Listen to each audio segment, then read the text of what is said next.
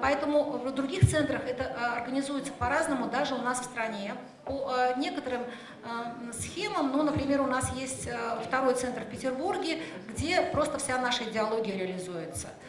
Это зависит еще от возможности центра, на наличие возможности, чтобы дети лежали в клинике. В России уровень жизни не очень высокий у многих родителей, они не могут жить в гостинице, как на Западе, и приходить в центр. У них нет таких средств, поэтому мы решаем эту проблему, что они 2 недели находятся в клинике. Это первая проблема. Теперь дальше они уезжают к себе в центр, к себе в город. Это может быть село, это может быть разное. И дальше с ними занимаются местные специалисты. Инфраструктуры нет, по большому счету. В некоторых местах постепенно она образуется. Если они живут в большом городе, то там есть такие учреждения. И мы старались раньше, когда родители к нам приезжали на диагностику, и был какой-то период между диагностикой и операцией, мы просили родителей, чтобы они нашли педагога, сурдопедагога или логопеда, или чтобы начали заниматься и давали им задания. И потом эти задания проверяли. Сейчас родители, имплантов много стало, достаточно быстро они имплантируются, и родители не оказываются вовлеченными так сильно в эту проблему, но мы, конечно, работаем с ними. Но им больше появилось центров, причем многие центры в России организованы по инициативе родителей. Специалисты ничего не делают, а родители организовывают частные кабинеты, частные центры. Кто-то из родителей становится сурдопедагогом, да, и на нем это держится, чтобы было понятно, какая это сила родителей. Поэтому они могут, многие педагоги все-таки уже, мы же с 2007 года это делаем, и первое, что мы начали делать, это появилась в книге, была методика оценки динамики развития, методика EARS, да, она англоязычная была, фирмами, сотрудниками разработана, и мы сделали русскоязычные тесты, да, и это помогало всем работать. Поэтому они могут сесть в школу, причем многие дети там занимаются только с логопедом, потому что сурдопедагога нет физически в этом регионе. Или, как мне говорит мама, у нас есть сурдопедагог, но нам час нужно ехать. Ну, час я каждый день на работу в Петербурге езжу. Она говорит, на самолете. Все. Да? Поэтому это просто нет дорог даже. Да? Поэтому реально это может быть очень разная ситуация. Во многих случаях родители оплачивают сами занятия. То есть это ложится на плечи родителей. И наша сейчас задача, как специалистов, сделать, чтобы это была государственная программа, по крайней мере, как я объясняю. Если мы за 2 года решим реализацию возможности импланта, то родители будут видеть результат, они будут понимать, как движется ребенок, они за это время научатся, они научатся в том числе поддерживать имплант и понимать, как важно, чтобы он был работающим. Думаю, что в чем-то вам вариант немецкий не очень подойдет, не потому что там плохо, там очень хорошо. Я бы тоже так хотела, чтобы было в России. А потому что есть реальность, и мы понимаем, что это не получится так сразу, по крайней мере, так быстро. Им должны быть какие-то промежуточные решения. Я скажу всего одно предложение без комментариев. Гостью Грузии является профессор Сказинский. Он является директором института Башевского института речи и так далее. Он пишет, потому что я читал, что реабилитацию можно провести в любом возрасте, 10-15 лет и так далее, и так далее. 100% шанс, что ребенок будет слышать, и есть определенный шанс, и очень хороший шанс, при хорошей работе он начнет говорить. Так что надо сделать. Нет, вот по поводу говорить, да, вот тоже, чтобы не обнадеживать всех. Если у вас ребенок не имеет дополнительных нарушений, 100% так и будет. Даже при позднем возрасте имплантации. У меня есть 23-летние пациенты рано-оглохшие. То есть это даже не дети. И реабилитация важна. Но если у вас ребенок имеет дополнительные интеллектуальные расстройства, расстройства по типу аутизма, расстройства двигательной сферы, специфически речевые, например, тяжелая форма ДЦП, то мы должны понимать, что есть ограничения. Как будет развиваться этот ребенок 100%, мы не знаем. Но мы должны понимать, что будут трудности, родителям формировать адекватные ожидания и объяснять, что имплант дает массу преимуществ, которые связаны не только с говорением. Да, как многие дети понимают речь, но не говорят, они могут использовать жесты, вот сочетания. Я понимаю, что вы мне говорите, но чтобы сказать, у меня рот не двигается, да, я могу использовать что-то другое, другие средства. Слух не цель, и даже не речь не цель, по большому счету. Цель – полноценная коммуникация. Да? Кто-то из детей, мы должны понимать, что мы стараемся всем дать речь, но кто-то из детей, мы должны очень профессионально к этому относиться, имеет ограниченные возможности, и вовремя дать ребенку альтернативные средства коммуникации, продолжая работать над слухом, над пониманием речи и над попытками что-то произнести. У меня есть дети, которые двигают только одними глазами, Светланками. Он не двигается вообще, у него двигаются только глаза, и мы обсуждаем. У него ни руки не двигаются, он не может взять ни одного. Ни руки, ни ноги не двигаются, работают только одни глаза, но он понимает обращенную к нему речь. И также реагирует на звуки, да, и мы используем другое. Мы не научим его говорить, ему 5 лет, у него двигаются только глаза.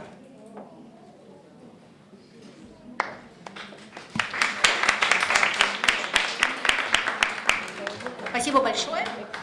Так, подарки. Центр аудиологии, да? Центр аудиологии с любовью, где у нас, можно, Шамшевич, я вручу. Центр аудиологии с любовью и с Надеждой, это новые книги, мы с ними договариваемся, что мы обязательно им дарим все нашу новую продукцию,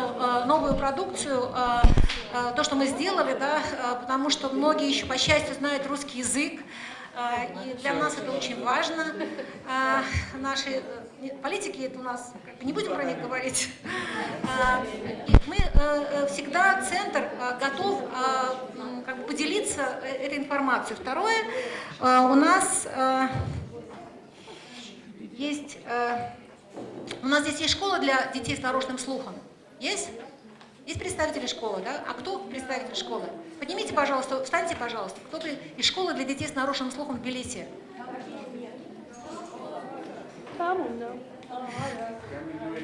Раз их нет, да, тогда мы дарим ассоциации родителей 2 книги.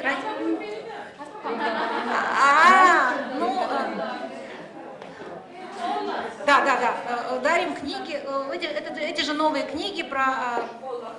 Школа все-таки решила, что когда что-то дают, надо встать. Все, мы делаем перерыв.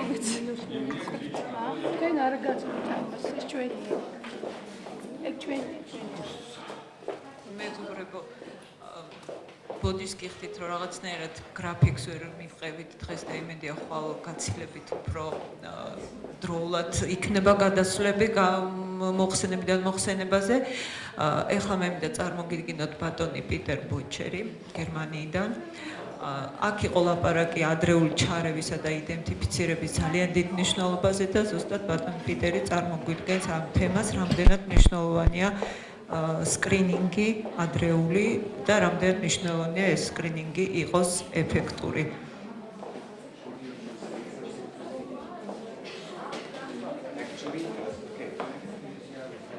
May I have hello everybody. მოგესალმებით ყველას. May you can give me a favor.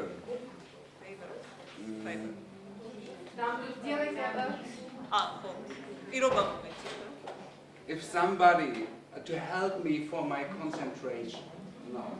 If somebody is not interested in newborn hearing screening, please have a break. Okay? Because it is exhausting and everything. I like to give a lecture, but if somebody is not interested, please have a break, and please, for all the listeners, switch off your mobile, please, or phone it out, okay? Then we can start. თუ ვინმესთვის ეს არ არის საინტერესო ახალშობილთა სკრინინგი, შეუძლია აუდიტორია დატოვოსო. და კონცენტრაციისთვის ითხოვს, რომ იყოს სიჩუმე აუდიტორიაში და მობილური ტელეფონებმა არ იხმაუროს, რაც ისე გვახასიათებს ხოლმე ქართველებს.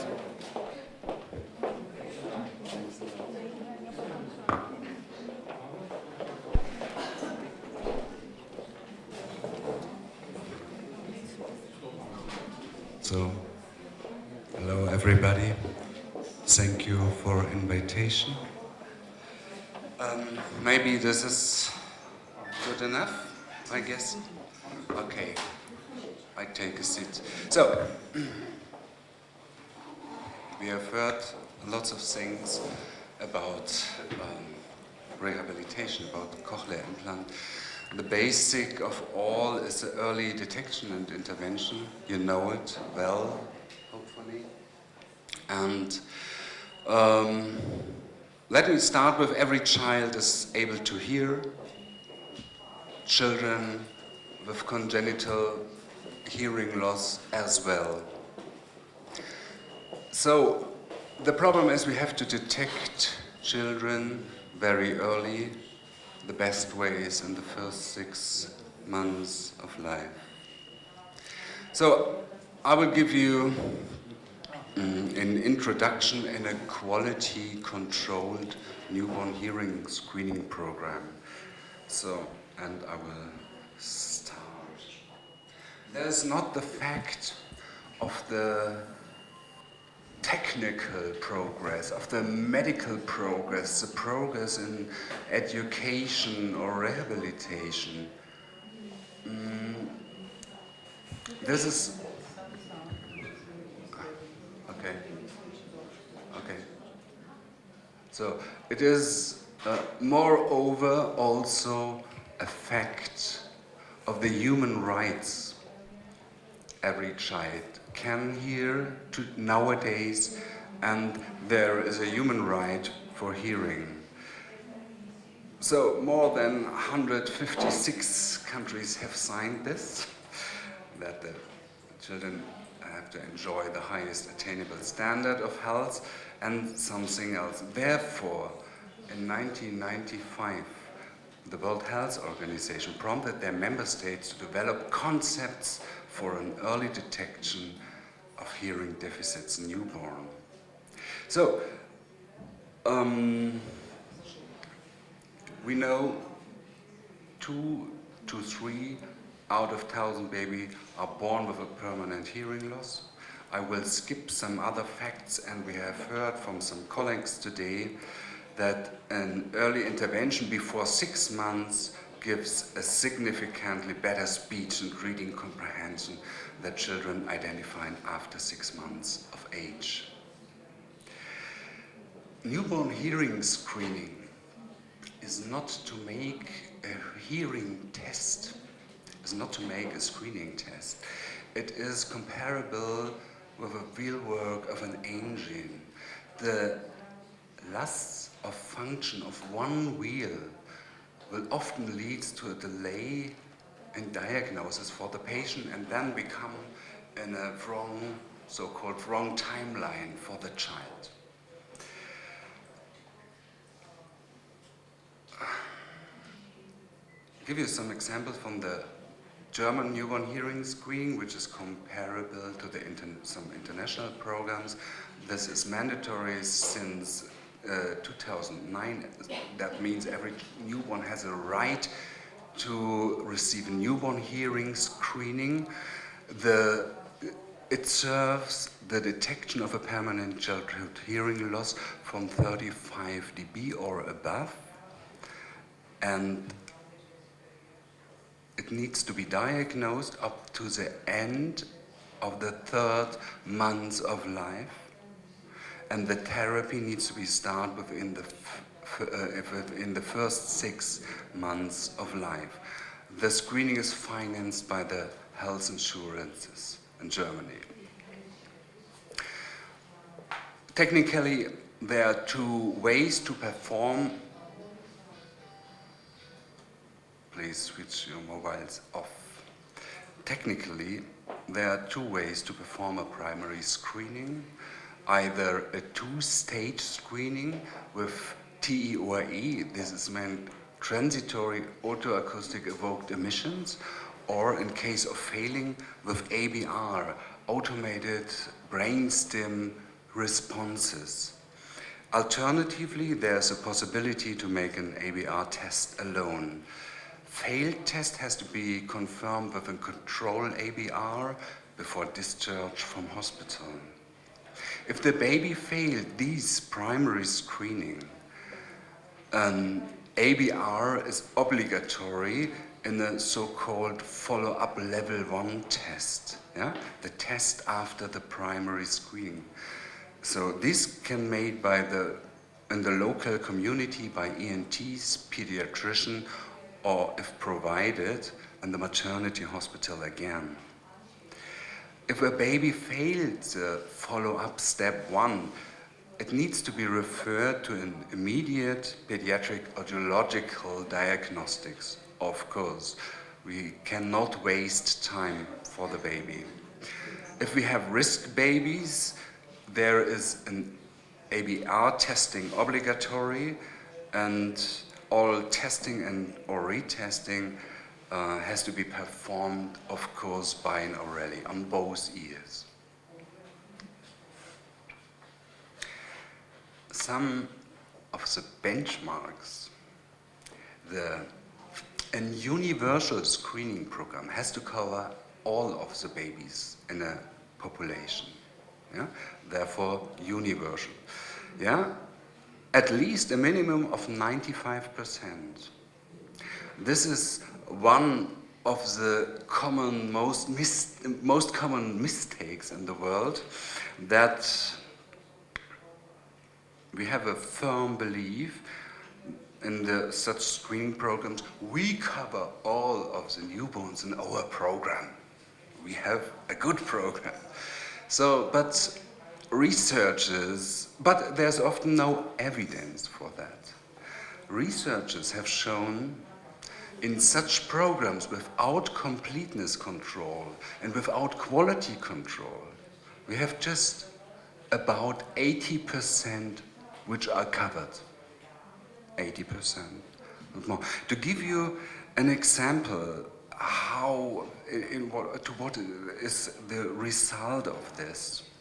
An example in comparison between a universal screening program and so-called sporadic screening. Yeah? 80% is not more than sporadic screening. So if we have a population of 100,000 newborns, we do expect a minimum of 200 children with hearing loss. Yeah? 2 or 3 out of 1,000. So if we would cover just 80%, means 80,000 newborns, we would detect only 160 newborns with congenital hearing loss. The other group, the unscreened children, 20,000 children, consists of 40 children with hearing loss which will be undetected despite of a screening program. Yeah? So this is difficult because now we have to cover, or a country have to cover both the cost for the screened children and in addition the cost for the undetected children. And this leads to very high costs. To see the cost per detected case, yeah? For one case we have cost for approximately 8,000 euro, and for one undetected case in a lifespan of 71 years, we have costs of more than 1 million euro. An undetected case is very expensive, especially for the society. Yes? And if we calculate this, yeah, then we have to compare the so-called double cost between, in the group of the screened children, nearly 1.3 million euro, and the 40 undetected children, which leads to 44 million euro on the same time, nearly on the same time. Yeah? And therefore, it should be obviously an sporadic screening which does not cover all the children in a population is not working efficiently.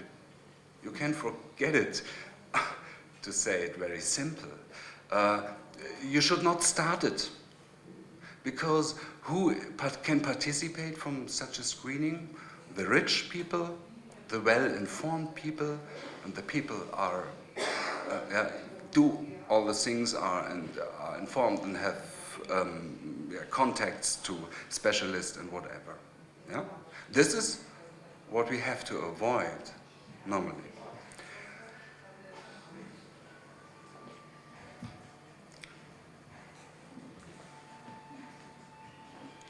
Okay, this sounds very boring, but the coverage rate of an NHS must be at least 95%. The proportion of children who need, after primary screening, a follow-up should not be higher than 4%. Because of the specificity, the test specificity, we know that if we have more than 4% with a fail after primary screening, there's something wrong in the structure of the program. Yeah? And if you would have maybe 10% of failed babies, you would lose your credibility by the parents. And of course, you would float it, the specialists in the follow-up centers with false positive children. Therefore, we have to check very, we have to control this very well.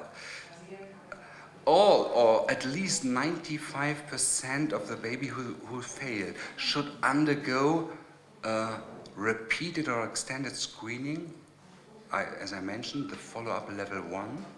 And look at this, the pass rate after the follow-up level 1 is 90%. Yeah? That means after a couple of days, 2 to 3, 4 weeks, we have a pass in most of the primary failed children. Those 10% that failed the follow-up level 1 should be referred immediately to a pediatric audiological diagnosis. This is a follow-up level 2. This means the specialist in the centers. Yeah? Okay. Another benchmark. The proportion of children who will be lost to follow-up should not be higher than 5%. Lost to follow-up means the baby has undergone a primary screening, need a follow-up, but didn't appear, didn't attend a follow-up. Yeah? This is a lost to follow-up rate. And of course, if we make a comprehensive screening, we cannot lose our children afterwards. Yeah?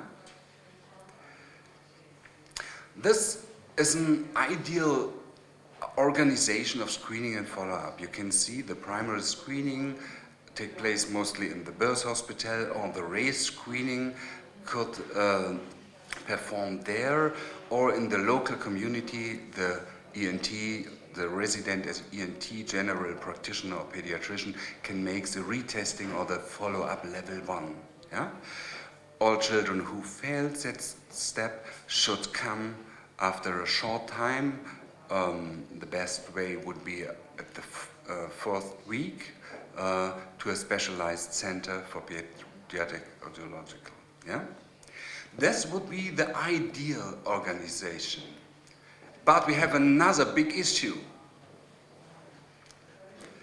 We have a loss to follow-up rate of 50%. That means 50 parents will not come to a follow-up without a centralized tracking.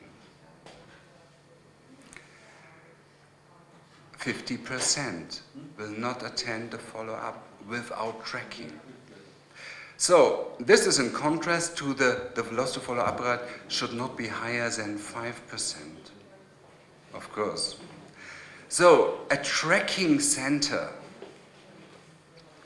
involves multiple sites and participants. It organizes and supervises all processes which involved in the screening program. It is using a database and a tracking software to track down the progress for each child individually. To see how the data is transferred, most screening take place in the maternity hospital. When entering the screening ID and the personal data, as well as a complete measurement data to the device, the data will be transferred on a daily basis to the tracking center. This generates automatically an individual status for the child. And if the baby fails the screening, the tracking staff starts to write reminder letters to the parents. Please make an appointment and that recommended follow-up institution or whatever. If the letters are not successful, the tracking staff starts to phone the parents. Yeah? And this may lead to an actualization of the status. If the child attends a follow-up site, there's often no good documentation, the eltern are not well informed about the previous results and so on. Therefore, all data should be accessible in the follow-up site. So, the follow-up site receives the previous data, makes their own investigation, and send all data promptly back to the tracking center, and this makes an update of the status for the child. The data transfer is primarily done via a wireless radio modem. Yeah? This is comparable to your smartphone or mobile phone by using a SIM card. Yeah? And these so-called out-of-the-box solution is completely independent from any infrastructure of the hospital. Yeah? It's like your smartphone. Yeah? You connect the device with the modem, and then you can send the data. Yeah, it's independent from IT hospital, and it is ready to use on each location. You can perform this at the baby's home if you want. Yeah? If you have such an approach. To give you an idea how does it works in a screening device, the user has a certified users are on a login list, and then you have assigned to facility management in case you have different departments in the hospital. Then you have a patient list. You can add a new patient here, and afterwards the user may select its test types, yeah? Independent if it is a simple screening test or is it a high diagnostic measurement, what you can select here.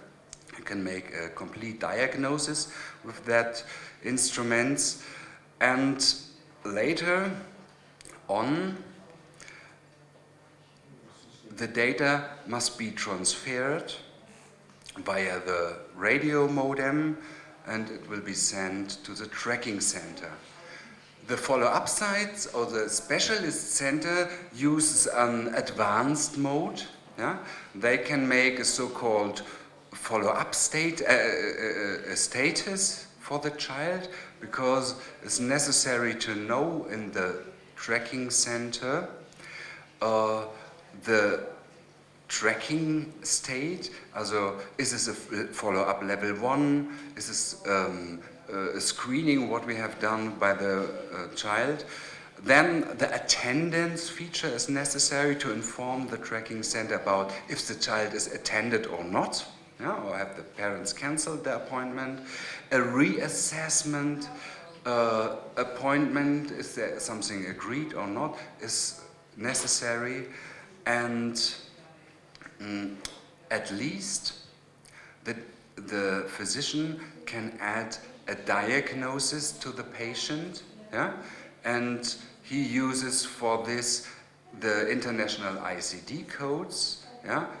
When entering an ICD code, you see the text for that specific diagnosis. All the data will be transferred to the tracking center and generates a status. Yeah? This is an overview how the data will be exchanged. And A tracking center, of course, is responsible for different things, the counseling and advising to the parents, of course, the data management, quality control for screening and for follow-up. We need a quality control for the follow-up sites as well. Training, retraining for examiners, consistent forms and information material. Something else, I can skip this because of our lack of time. To give you an idea about the financing, a combined screening, which means TEORE plus ABR, makes cost from about €13. An ABR screening makes cost from about €17. A tracking per each child costs nearly €3. And the overall cost for a tracking center comes to €200,000 per 50,000 children. Yeah? Please consider the cost for one undetected child comes to €1.1 million to have to work with a tracking center costs €200,000 per year. Yeah? You can estimate, you can compare it. Yeah? All this is given by the German price level. Yeah? That means it could be cheaper in different regions. The screening instrument makes cost from about €5,000 to €8,000, and the follow-up instrument €6,000 to €10,000. Yeah? Okay, other things I will a little bit skip.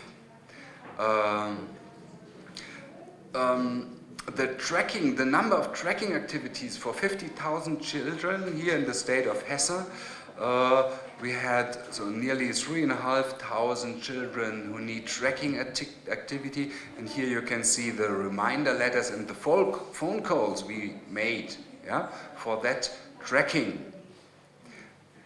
But we found our children in the first, as we have most of our children diagnosed in the first 3 months, yeah, of age. So, it is worth to do this work, yeah? Why we need a quality controlled screening, yeah? Why quality control? Let me give you an example. If you see the number of transmitted patients from one hospital, it looks very good. The final status is pass. All of the children have a wonderful pass. Yeah? But this may not reflect the real life situation. Yeah? I had often, in my former job, the problem, the economic director comes to me and said, hey, you promised us that the screening is very quick and easy. It takes not more than 3 minutes.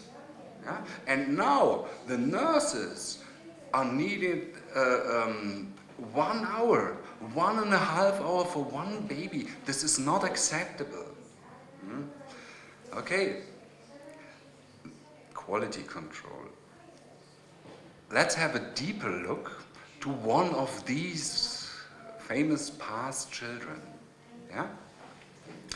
We see here in the database, a view of the database, and we have the personal data. The child is born on 28th of March, and we see the last results, which was ABR on the 1st of April, right ear, left ear, pass. Everything is fine.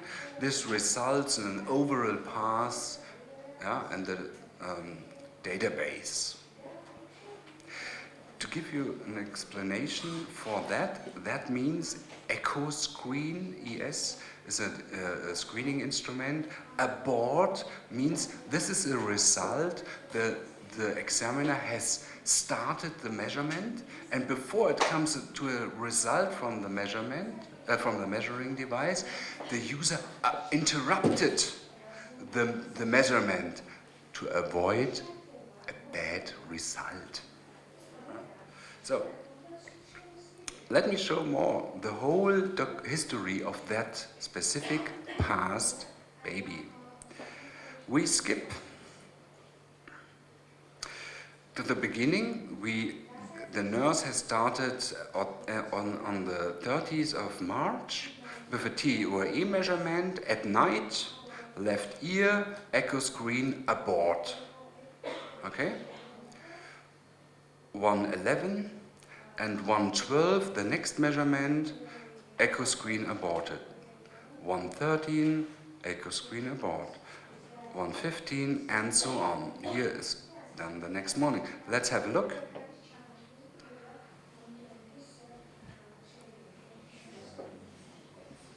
Different nurses now. A single pass. Another day.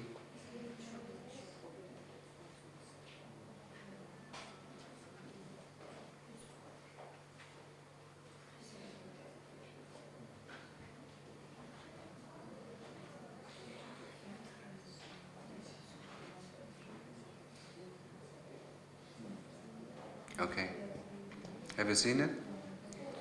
This was a pass after 58 TOE testing, 2 ABR. The baby finalized its screening with a pass. To remind you, just pass results as end results, yeah, may not reflect the real life situation. So, if you, after viewing this, think about it. What would you think if it was your own child? Would you think that is a credible result of the screening? Would you think this is a reliable measuring device? Would you believe in a qualified examiner? Would you believe in a modern and effective screening program if it was your own child? And in case of fail, would you have attended a follow-up if your child had failed? Probably not. This is a reason for the high loss to follow-up rate, for example. On the other side, from the examiner's perspective, would you have confidence in your own work to test babies? Would you think that is a reliable measurement device, measuring device? Would you be motivated to test more babies in that program? Yeah?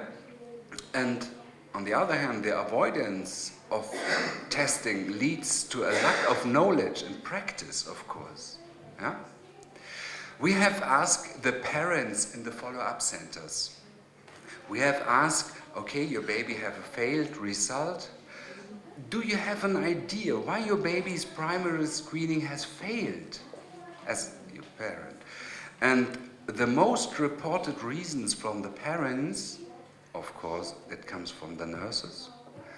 The measuring device did not work. There was amniotic fluid in the middle ear. Sometimes the test is not reliable. Okay? This is difficult. The examiner's qualification have a crucial influence to the quality and effectiveness and to the motivation and credibility of the program. A screening program without quality control is not working efficiently. Don't start other things. Another example, maybe one of the last, is if we have a screening in a hospital. We know the specificity of the test. Yeah? The specificity of a TOE measurement is approximately 97%. That means 3 babies or 3 tests will fail out of 100. This is normal. Yeah? So if we have our screening in that hospital with 1,000 births per year, then we can expect that 970 screening will pass the screening, and 30 will fail the screening caused by the test specificity. So, then it is known that we expect 2 out of 1,000 with congenital hearing loss. That means in this group of the 30 failed babies, we expect 2 with congenital hearing loss. So, and if we would look, if you have implemented a screen but no tracking, then you can expect that 50% will not come to a follow-up. That means 15 patients attend a follow-up, 15 not. And then you can expect that the distribution of the children is so that you will lose 1 baby. Remember the cost of 1 undetected case. It's quite expensive to make a screening without success in the end. That means screening is a wheel work comparable to wheel work of an engine. A screening program without tracking is not working efficiently. So let me skip something. The last 2 slides. Basic requirements are early screening, immediate screening control, a centrally operated tracking until a final diagnosis has been made. In Germany, sometimes we do until the start of the therapy to avoid losing babies. A reliable and structured follow-up, early intervention, consistent training to the nurses, obligatory time frame for screening and follow-up, appropriate concept for data transfer, a long-term liability and commitment to the project. It is not worth to have to get some funds for a year, yeah? And the 2nd or 3rd year, you lose all motivation when you have no money. Okay, to conclude, a newborn hearing screening protocol which is implemented should be based on the requirements of evidence-based medicine. Quality control is an essential part of a successful screening program. A complete tracking must be guaranteed by the public health management. The overhead costs must be financed by the public health, of course.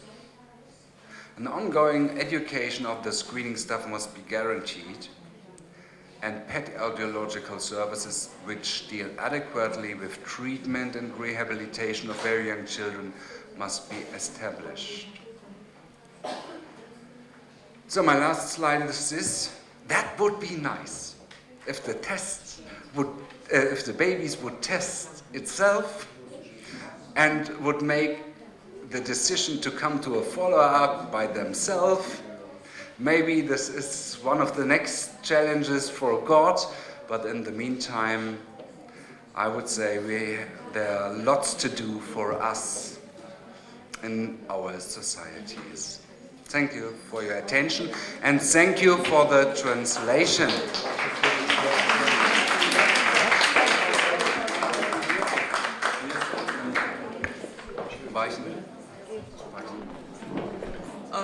სკრინინგთან დაკავშირებით არის კითხვები აუდიტორიით.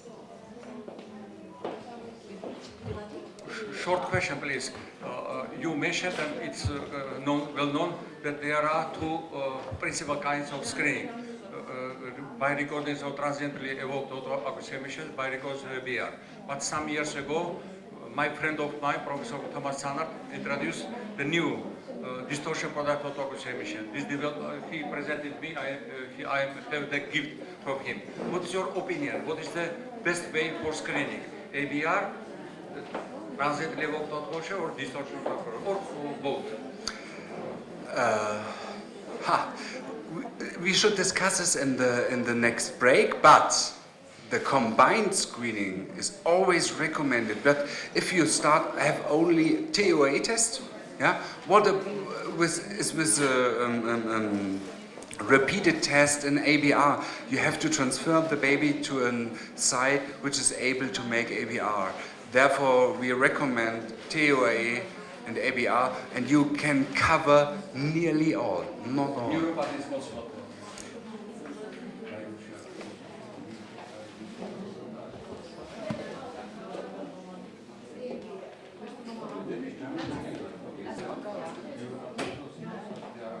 To you. Okay, good. She's preparing.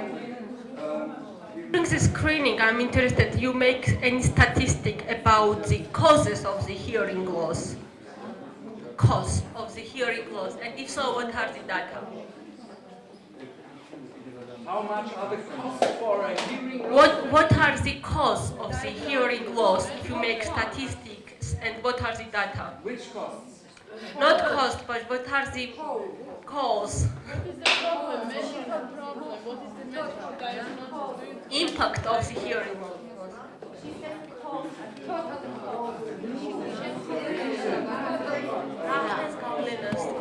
No, I cannot answer you very. I'm not a specialist for the proportion of also diese Verteilung, wie viel genetisch bedingt Gehörstörungen und so. Aber Sie, Monika, this is a very difficult question. If I understand, you asked what is the proportion for the reason for deafness, gene, and so on. I saw very recently a presentation and it said that apparently more than 40% is gene related. But I'm not very sure about that. So please, could somebody make a note of this question? Maybe Jana, you kindly make a note. Okay, or you will remind me that we will have to answer the question, how many % of deaf children is caused by gene problems. Okay, you will get a response. Thank you. Okay.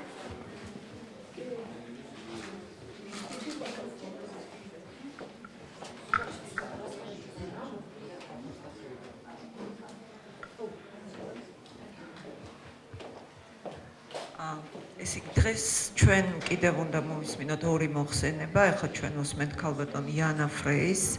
ის არის კომპანია კოხლიას წარმომადგენელი აღმოსავლეთ ევროპასა და ცენტრალურ ევროპაში ბიზნესის განვითარების მენეჯერი და დღეს ჩვენ გველოდება ჩართვა ამერიკის შეერთებული შტატებისგან ოლგა პესკოვა, რომელიც გვესაუბრება ამერიკის შეერთებული შტატების გამოცდილებაზე განათლების მიმართულებით. ძალიან გთხოვთ, მე მესმის რომ ისეთი ინტენსიური დღე გვაქვს, მაგრამ გთხოვთ რომ იყოს კონცენტრაცია და არ შეუშალოთ ხელი მომხსენებლებს. მადლობა. Спасибо, Екатерина. Конечно же, мы уже устали, правильно? Очень много слышали сегодня. Ну, давайте еще, да? Есть 2 лекции, есть много о чем дискутировать, и 1 день, естественно, не хватает. Со стороны скрининга я бы хотела повторять. Это, конечно, тематика комплексная, правильно? Может быть, даже уже в Грузии делается измерение, скрининг. Ну, конечно же, не комплексно может еще. Но для того, чтобы начинать, конечно, нужно понять, кто должен сделать что. И кто должен планировать такой проект для Грузии, Екатерина. Может, ассоциация поможет найти, ну, как сказать, концы этого всего, чтобы понять, как нужно начинать. Я могу подтверждать, потому что, естественно, с партнерством с Петер Boettcher мы начали пилотный проект в Украине. Может быть, Нина Шипеленко, специалист из Украины, сможет что-то сказать на этот счет даже тоже. Пилотный проект, значит, тестируется, оборудование, оно есть, уже обученные доктора. Но с чего же начинать? Докторов на каком уровне, да, обучать? Опять-таки медсестры-то на другом уровне. Кто будет их постоянно обучать, контролировать оборудование, кто вообще приобретает оборудование. И дело не только именно в аппаратах. Пожалуйста, нет. Не нужно делать тендер на аппаратов. Нужно писать проект. Проект, как должен выглядеть скрининговая программа. Может быть, у вас есть специалисты, которые хотели бы этим заниматься. Пожалуйста, обращайтесь к Екатерине. Вот, это насчет этого, да, так что мы очень одобряем, если вы хотите начинать, есть партнеры, чтобы помочь в этом проекте, мы надеемся, можем начинать, да. Ладно, я бы хотела немного, но что-то говорить еще о фирме Cochlear. В Грузии уже несколько лет, благодаря университета медицинского профессора Джапаридзе, конечно, его партнеров, например, тоже мы благодарим Ива Кеванашвили за приглашение Екатерине благодарим. Есть у вас уже программа КАИ, но не только, есть слуховые аппараты, есть реабилитационные центры, так что вы не начали только что, а уже занимаетесь долго. Но давайте общаться, обмениваться опытом. И поэтому и доктор Ленхард здесь есть с Академией, да? Ленхард Академии и пора вебинаров. И вы знаете, мы уже работаем с 2009 года, мы слышали, да? Но все-таки, извините, мало и слишком мало и специалистов, и родителей принимают участие. Это уже бесплатно, это уже доступно, потому что интернет есть, работает, можно, да, принимать участие. Пожалуйста, принимайте участие. Мы бы очень были бы рады. Да? И, пожалуйста, выступайте как лектора. Вы тоже читаете ваши темы о том, ну, как вы хотели бы делиться ваш опыт с коллегами где-то не в Тбилиси, а в других местах, да, Грузии. Мы можем вам открывать свое помещение онлайн, где вы сами можете провести такого типа встреч уже со своими коллегами. Пожалуйста, без нас. Мы не будем слушать все. Да? Ладно. Фирма Cochlear, конечно, уже 30 лет занимается кохлеарной имплантацией. Мы не занимаемся еще в Грузии, это можно сказать. Ну, мы стараемся принимать участие в тренингах, конечно, и будем предлагать наше производство. И то, что у нас есть, я вам покажу. Мы очень рады познакомиться вообще первый раз в этот день с АУРЕС и ассоциацией и всеми, которые занимаются. Пожалуйста, обращайтесь сегодня-завтра еще. Мы бы хотели знать, кто хотел бы быть тренирован и по какой тематике. Есть желание, пожалуйста, список составляем. Потом нужно, конечно, на протяжении там, недель и месяцев планировать такого типа. Да? Это и, кстати, касается настраивания, может быть, нуклеус имплантов, потому что, извините, это не одним месяцем даже делается. Это нужно тандем настраиваться, да, конечно, есть воркшопы, но это длится, может быть, до 2 лет, да? Хорошо настраивать. И это, извините, и бизнес-проект. Потому что есть клиники, которые либо они имеют бюджет, либо нет, могут быть частные, да, которые предлагают, так что мы вас предлагаем, приглашаем. А как? В том-то и дело, что есть новые клинические модели, которые делают возможным сейчас даже не высокоспециализированным аудиологам принимать участие в этом проекте. Есть более интуитивные сейчас уже программное обеспечение по настраиванию кохлеарных систем. И это вот-вот только в жизнь наступили эти решения новые. Конечно же, еще раз, пожалуйста, кто Facebook, член, пожалуйста, смотрите, есть Cochlear ИИ, можно найти. Здесь мы на русском языке, все новости, да, какие-то актуальные мероприятия, мы все туда пишем. Пожалуйста, набирайте и следите за нами. Это вот первое, что мы туда положили, Екатерина. Здесь, конечно, спасибо, мы линк сделали, да, на это мероприятие. Потом, еще раз я хотела бы, именно у нас нет русскоязычного веб-сайта Cochlear, это можно сказать. Поэтому мы сделали Cochlear Facebook, но и мы работаем с платформой Pora, вебинары. Я хотела бы вам рассказать о том, что там в этой платформе расположены и документы, переведенные, очень интересные документы. И если нам не затруднит, все-таки я бы хотела очень быстро вам показывать, как это делается.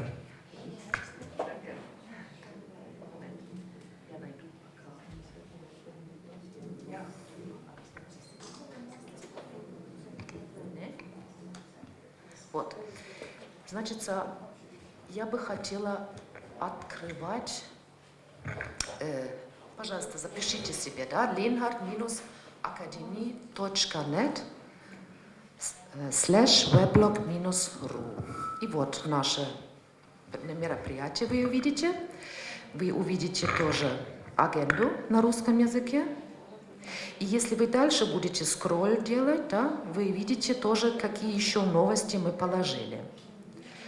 Например, Димити Донен, которая сегодня выступала, да, она с нами была 14 сентября, и вот ее презентация. Мы делаем доступным всем эти презентации. Мы не высылаем никаких имейлов, никакими большими приложениями, а вот оно есть, и можно листать, видите? И здесь есть очень, если дальше, вниз пойти, это же веблог, это не веб-сайт, это динамический веблог, вы найдете самые основные аудиологические презентации профессора Таварткеладзе тоже, и профессора Мария Бобошко тоже, Виген Бахшинян. Очень интересные вещи, это материалы обучения, вашего самообучения. Да? К сожалению, нет, по крайней мере, у нас даже в Германии нет места, института, который готовит уж таких специалистов по кохлеарной имплантации. Нет такого.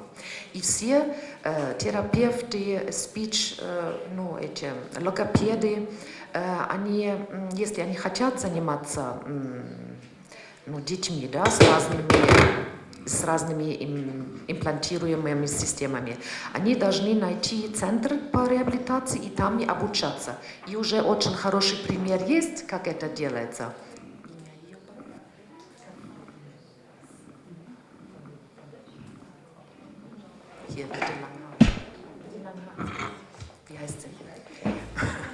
Можно вас попросить?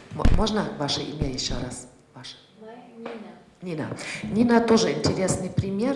Нина сейчас, она же из Грузии, и она сейчас занимается в Кёльне, в университете у профессора Клингера. Königsа, извините. Koningsа, да.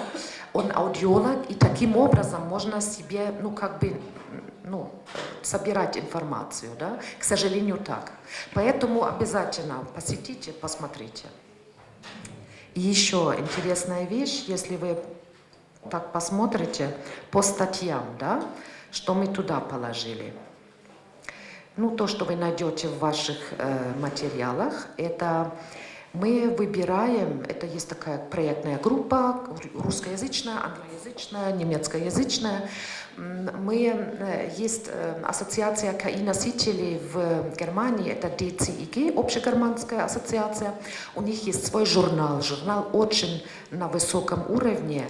У него есть такой борд, ученый борд, куда входят самые ведущие хирурги и аудиологи в Германии.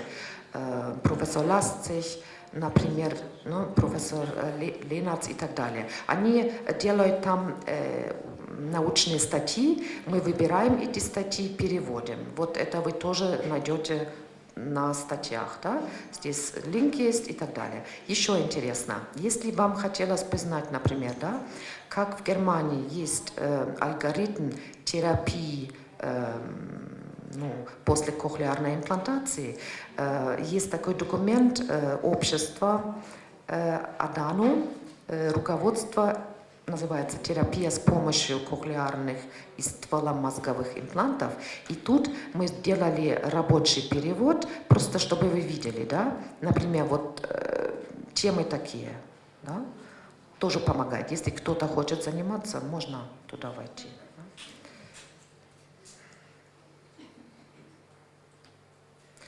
Ну вот. Еще раз я бы хотела с нашей стороны сказать, чем мы занимаемся. Cochlear производит в Австралии, в Сиднее, сейчас уже тоже на других местах, потому что у нас есть такой обширный профиль разных продуктов, но мы производим имплантируемые системы для слуха разного типа, и наша миссия в этом, что мы производим вот эту технологию, но заодно наш долг, и мы видим это как миссию, тоже, что мы даем этой технологии, это я тоже повторяю профессора Королева, даем самую лучшую технологию в руках детей или взрослых, чтобы давать этим людям возможность именно соединиться с другими людьми и жить просто полноценной жизнью. Вот это наша миссия.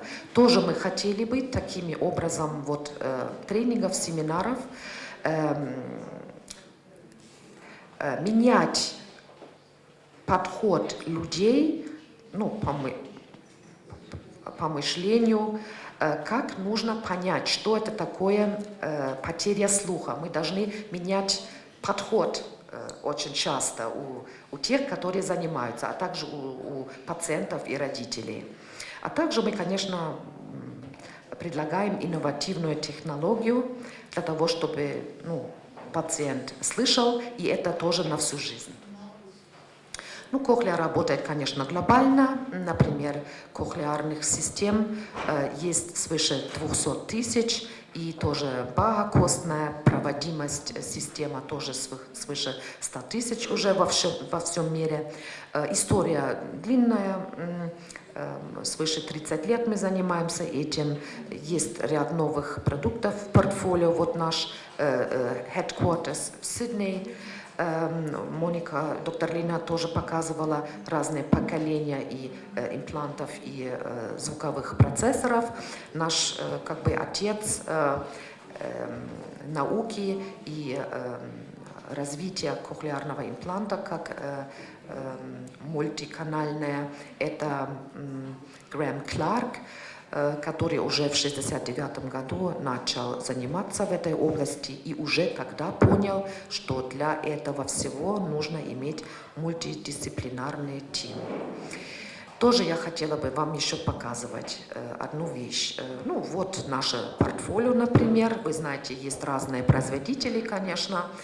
И если посмотреть на это и думать о том, что есть разные предложения, я бы сегодня сказала, что нет почти никакой потери слуха, которую нельзя терапировать. И эта картина показывает это. Я бы хотела объяснить. Вот эта шкала здесь, от 0 до 60, это костно-воздушный разрыв. Шкала вот это сенсоневральная потеря слуха. Костно-воздушный разрыв, значит, аудиограмму сделаем, измеряем костный порог, измеряем воздушный порог, смотрим, кондуктивное, смешанное есть, да, или чисто, это бывает реже сенсоневральная потеря слуха. И если между порогом костным и воздушным есть разрыв, тогда вот шкала показывает, насколько, да, на 0, 10, 20, 30 децибелов. Почему я это рассказываю? Это нормальный слух. Это сфера, где слуховые аппараты применяются. Здесь сфера, а именно там, где свыше костно-воздушного разрыва свыше 30 децибелов, уже трудно терапировать только слуховыми аппаратами. Почему? Усиления не хватает при этом. Да? Поэтому здесь, например, это сфера или диапазон аппаратов костной проводимости. Здесь вы видите диапазон там, где среднего уха импланта применяются. Здесь еще один имплант, он называется у нас DAX, Direct Acoustic Cochlear Stimulation продукт. Он непосредственно стимулирует возле кохлеар, но не в кохлеар. Стимулирует флюид, который в кохлеар находится. Тоже, типа среднего уха импланта. И здесь ряд кохлеарных имплантов. И вы знаете, есть еще стволовые импланты, там, где не работает нерв. Так что вы видите, даже мало ли какая потеря есть слуха у пациента, есть сегодня уже технологии. И я бы ни в коем случае не начала о том говорить, если даже здесь, нет этой технологии пока, скажем, и денег нет, но обязательно специалистам нужно все-таки консультировать пациента, показывать, какие возможности есть. Уж пациент, либо с помощью ассоциации, посмотрим, насколько доступно в этом моменте это будет для него здесь, или за рубежом, или с помощью фонда и так далее. Вот этот взгляд я хотела бы вам показывать, перспективу на то, что есть возможности лечить потери слуха. Здесь еще со стороны кохлеар какие решения есть, Вот, например, мы работаем здесь в этой сфере, Предлагаем акустические импланты, типа среднего уха импланты, Direct Acoustic Cochlear Implant, DAX, кохлеарный имплант и стволовой имплант. Это наш портфолио, я бы хотела вам показывать. И вот вы тоже видите, какого типа последние звуковые процессора. Я думаю, что сейчас в деталь я не схожу. Есть ряд имплантов с электродными носителями разного дизайна. Есть тоже система Бага костной проводимости. Здесь вы видите, о чем я говорила.